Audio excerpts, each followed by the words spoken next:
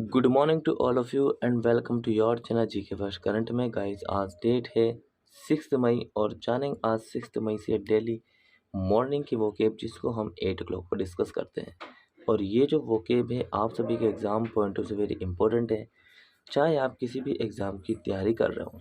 साथ ही इसका जो PDF का लिंक है वो आप सभी को डिस्क्रिप्शन बॉक्स में मिल जाएगा, वहाँ से जाकर आप लोग डाउनलोड कर सकते हैं। और जो न्यू स्टूडेंट्स हैं वो सभी स्टूडेंट्स चैनल को सब्सक्राइब एंड शेयर करना ना भूलें। चलिए स्टार्ट कर लेते हैं। सबसे पहले आज की हमारी फर्स्ट वोकेब से। आज की हमारी फर्स्ट वोकेब है ऑर्डल्स। क्या है? ऑर्डल्स, जिसका मीनिंग है अ वेरी ग्रेट नंबर और अमाउंट ऑफ समथिंग। किसी चीज़ का बहुत अधिक संख्या में होना या फिर राशि में। किसी चीज़ का बहुत अधिक संख्या या फिर राशि, जिसको हम कहते हैं ऑर्डल्स को अधिक संख्या। क्या कहा जाता है? अधिक संख्या कहा जाता। अगर मैं कहूँ कि भाई ऑर्डल्स के कुछ सिनोनिम्स भी हैं, तो वो भाई सिनोनिम्स कौन से हैं? कि आपका क्वेश्चन होगा कि वो कौन से हैं? वो है एबंडेंस, बास्केटफुल और बोटलोड। अब इनका हिंदी मीनिंग भी बताना है, सो वो भी जान लेते हैं। एबंडेंस प्रचुरता, बास्केटफुल का मतलब है कि बास्केट जो टोकरी में भरा, बोटलोड नाव जो है लोड से। ठीक है, क्लियर। अब देखें तो इसके एंटोनिम्स भी हैं। हाँ जी, इसके एंटोनिम्स भी दिए हुए हैं। एस, एस का मतलब होता है इकाई, इकाई का अंक। और बिट का मतलब होता है अंश, और लिटिल का मतलब होता है थोड़ा। सो कैसा लगा यह जो मैंने आपको बताया है कि ऑर्डर्स जिसके सिनोनिम्स और एंटोनिम्स ये दिए हुए हैं वर्ड, इनको आपने याद करना। अब एक और बात आती है कि क्या ऑर्डर्स का एक एग्जाम्पल बन सकता है? हाँ जी, एक ऑर्डर्स का एग्जाम्पल भी है बच्चों। सो देखिए क्या है वो एग्जाम्पल है। They have got orders of money. उनके पास बेहिसाब पैसा है। भाई ये क्वेश्चन मार्क लगाइए यहाँ पे। क्या बहुत से ऐसे लोग होते हैं जिनके पास बेहिसाब पैसा होता है? हाँ जी, एक हमारे अडानी नाम के हैं जो कि भारतीय उद्यमी एंटरप्रेन्योरशिप है। ठीक है, बहुत बड़ी कंपनी उनकी, लेकिन अब उनके पास बेहिसाब पैसा था। आपको आज के कल की 7 बजे वाली क्लास में पता लग गया होगा कितना पैसा से वो डूब चुकी है उनकी कंपनी। क्योंकि भाई शेयर जो मार्केट है वहाँ पर अगर शेयर गिरेंगे जिसके भी, वो तो गरीब हो गई। जिस व्यक्ति का नंबर 3rd पर नाम था वो 10 लिस्ट में आ रहा है। सो कहीं ना कहीं तो भाई बेहिसाब पैसे वाले लोग भी एक ना एक दिन कमज़ोर पड़ जाते हैं। सो इसलिए पढ़ना ज़रूरी है, ये कहने का मतलब है। चलिए नेक्स्ट है लिस्टलेस। क्या है? लिस्टलेस। लिस्टलेस जिसका मीनिंग है ऑफ अ पर्सन और देयर मैनर लेकिंग एनर्जी और एंथुसियाज्म। लिस्ट लेस मतलब कि लिस्ट में बच्चे ही कम, इस तरीके से कहेंगे ना। लिस्ट और लेस मतलब कि कम। लिस्ट मतलब कि जो एक संख्या दी है सबकी, लेस मतलब कि कम। सो यहाँ पर देखते हैं ऑफ अ पर्सन और देयर मैनर लेकिंग एनर्जी और एंथुसियाज्म। एक व्यक्ति जिसके व्यवहार में एनर्जी और एंथुसियाज्म की कमी है। तो जिसके अंदर इन सब की कमी है वो हुआ सुस्त। क्योंकि 8 बज रहे हैं और अगर अभी तक आप लोग उठकर क्लास नहीं देख रहे या फिर आप लोग अपना टाइम पास कर रहे हैं, तो सबसे बड़े सुस्ती व्यक्ति कौन हुए? आप में सभी आ सकते हैं। ठीक है, अगर मैं सुस्ती दिखाऊंगा तो मैं भी आ सकता हूँ। सब एवरीवन आते हैं अगर जो व्यक्ति अपना काम को समय पर नहीं करता है। इसका देखें सिनोनिम्स तो इसके हैं लेथार्जिक। लेथार्जिक मतलब कि सुस्त। एनर्वेटेड, एनर्वेटेड विरक्त। अब विरक्त इस तरीके से लिखते हैं, इसको देख लेना, लेकिन हम इसको यहाँ पर कमज़ोर भी कह सकते हैं। लेकेडेसिकल, लेकेडेसिकल का मतलब होता है छुई मुई या फिर भावुक। ठीक है, स्क्रीनशॉट लेते चलना और जो इंपॉर्टेंट लगे उसको नोट डाउन करते रहना। चलिए, वैसे तो पूरी क्लास ही इंपॉर्टेंट होती है तभी आपको करा जाए, लेकिन ऐसा नहीं कि हर एक वर्ड आपसे पूछा जाएगा। बहुत बड़ी लंबी जर्नी के बाद जो एग्ज़ाम क्रैक होता है, तो समझ लीजिए कि बहुत सारा पढ़ने के बाद ये एग्ज़ाम निकलता है। एनर्जेटिक का मतलब होता है शक्तिशाली। क्या मतलब होता है? एनर्जेटिक का मतलब होता है बच्चों शक्तिशाली। एंड मोटिवेटेड का मतलब होता है प्रेरित। अब आप किस व्यक्ति से प्रेरित हैं अपनी लाइफ में, मोटिवेटेड हैं, उसका आपको जो है क्या करना, उसको कमेंट सेक्शन में कमेंट करके उनका नाम मेंशन करना। और याद रहे कि आप लोगों ने चैनल को शेयर जरूर करना। और साथ ही ध्यान रहे कि जो कि शाम के 7 बजे कल एक क्लास आएगी और एक परसों क्लास आएगी। ठीक है, जो बहुत ही ज़्यादा इंपॉर्टेंट क्लास है, और याद रहे इन क्लासों को देखना ज़रूरी है। Next example, when I had the flu I felt listless and worn out. मतलब जब मुझे फ्लू था तो मैंने महसूस करा सुस्त और कमज़ोर महसूस। भाई ज़ाहिर सी बात है, जब आप किसी मतलब कि किसी भी डिसीज़ से सफ़रिंग हो, पीड़ित हो, सो आप हमेशा जब तक उससे पीड़ित हो तब तक आप जो सुस्ती, कमज़ोरी महसूस करोगे। ठीक है, नेक्स्ट देखते हैं। सो नेक्स्ट है एजिलिटी।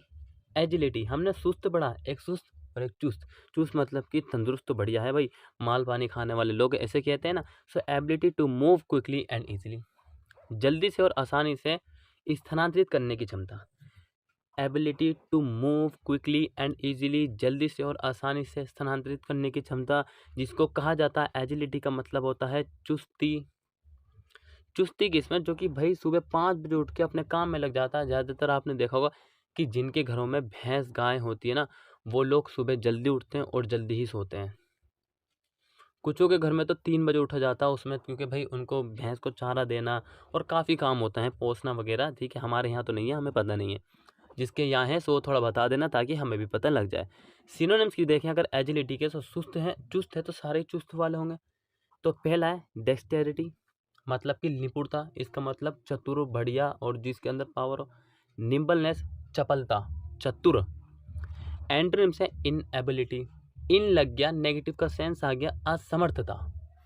असमर्थता, एबिलिटी का मतलब होता है समर्थता। सो यहाँ पे एबिलिटी है, लेकिन यहाँ पर वो कह रहा है चुस्ती, यहाँ पर इसका अपोजिट में। इनकैपेबिलिटी का मतलब होता है अक्षमता, इनकैपेसिटी का मतलब भी अक्षमता होता है। मैं उम्मीद कर सकता हूँ कि गाइस आपको यहाँ तक समझ में आ गया होगा। अगर आपका कोई भी डाउट्स हो तो आप मुझे कमेंट सेशन में कमेंट करके बता सकते हैं। सो नेक्स्ट बात करते हैं एग्जाम्पल की। I admired his considerable mental agility, मैंने उनकी काफ़ी चपलता की तारीफ की। चपलता की जो उनकी क्षमता है उसकी मैंने काफ़ी तारीफ़ की। तो बढ़िया बात है, अगर आप लोग भी ऐसे काम करेंगे तो डेफिनेटली जीके फेस करंट वाले जो है आपकी तारीफ़ करेंगे। और उस जो बच्चा बढ़िया पढ़ता रहेगा, डेली कमेंट करने से भी एक पता लग जाता है कि बच्चे कितने देख रहे हैं। उसका नाम भी जो है किसी दिन चैनल पर मेंशन किया जाएगा, क्लास में बताया जाएगा। Next, plaintiff. प्लेंटिव मतलब कि दर्दनाक। प्लेंटिव मतलब दर्दनाक। देखिए, ये जो क्लास है, माना कि ये सिर्फ और सिर्फ 5 वोकैब कराती है, लेकिन बेटा ध्यान से अगर देखोगे तो एक ही स्लाइड पे आपको 5 जो है वर्ड दिख रहे होंगे कम से कम, और 5 का मीनिंग भी बताया जाता है। तो 5 × 5 करते तो 25 आ जाता है। कभी कभार 30 वर्ड भी हमें जो है पढ़ने पड़ जाते हैं। तो जो पढ़ता है उसको पता है और जो पढ़ाता है उसको पता है। सो इसको क्लास को ज़्यादा से ज़्यादा देखिए और इसको समझिए। ठीक है, पूरी कोशिश रहेगी आपके साथ, बिल्कुल ही मिलते जुलते काम करेंगे। So sounding sad and मॉर्नफुल।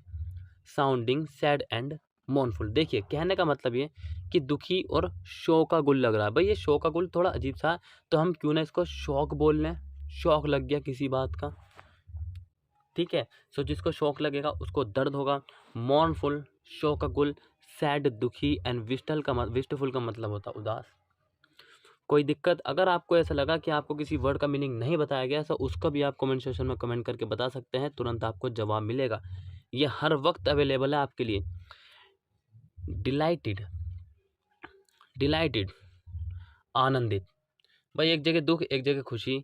एक्सॉल्टिंग का मतलब होता है प्रफुल्लित। एक्सॉल्टिंग का मतलब क्या होता है, प्रफुल्लित। सो ये भी इंपॉर्टेंट वर्ड है, प्रफुल्लित, खुशी का माहौल होना। नेक्स्ट देखते हैं एग्जाम्पल। व्हाट अबाउट मी, मेरे बारे में क्या। जैसे बोलते हैं ना, hi hello what about you and what about me, इस तरीके से केम अ प्लेंटिव वॉइस।